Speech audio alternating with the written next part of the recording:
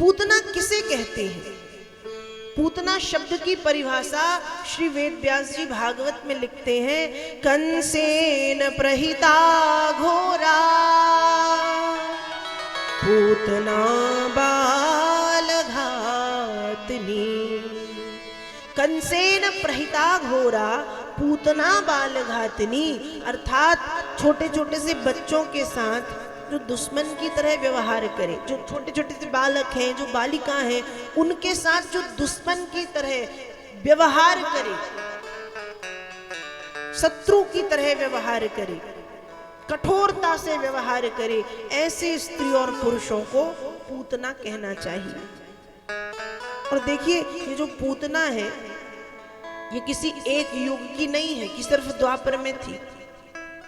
ये सतयुग में भी थी, ये त्रेता में भी थी, ये द्वापर में भी आई और ये कलयुग में भी है।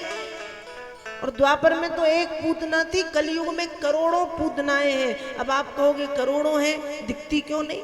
द्वापर की एक पूतना इतनी लंबी चौड़ी थी कि दूर से दिखती थी, तो कलयुग में जब करोड़ों हैं तो दो चार तो दिखती क्यों नहीं?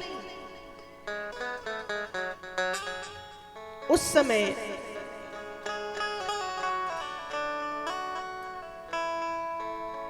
कहा ये जो पूतना है ये कौन है? सिर्फ रंग बदल गया है, सिर्फ वस्त्र बदल गए हैं, सिर्फ चोला बदल गया है, रूप बदल गया है, स्वभाव वही है। पूतना कौन? कहा पूतना कोई राक्षसी नहीं। पूतना का मतलब किसी स्त्री से, किसी पुरुष से, किसी बालक से, किसी बालिका से, किसी व्यक्ति विशेष से नहीं है। पूतना का अर्थ है व्यक्ति का स्वभाव।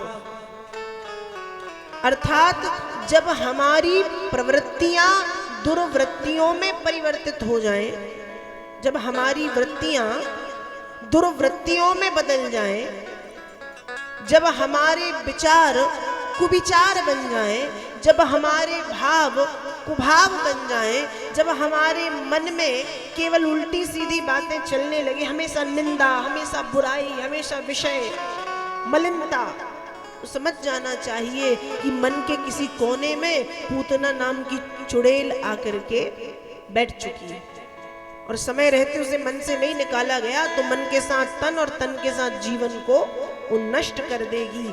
इसलिए जब ऐसा कभी लगे कि मन के किसी कोने में पूतना नाम की चुड़ैल आकर के बैठ गई, पता चल जाता है सबको।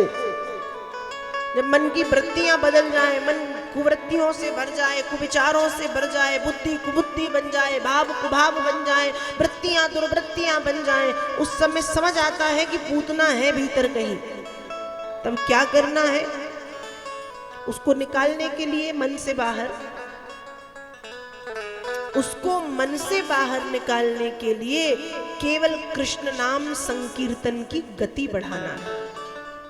मैंने आपसे पहले दिन से मैं आपसे कह रही हूं कि वो भागवत की कथा है, वो केवल भगवान नाम के चारों तरफ घूमती है। भागवत की कथा में कुछ नहीं है भगवान नाम के अलावा, केवल भगवान नाम।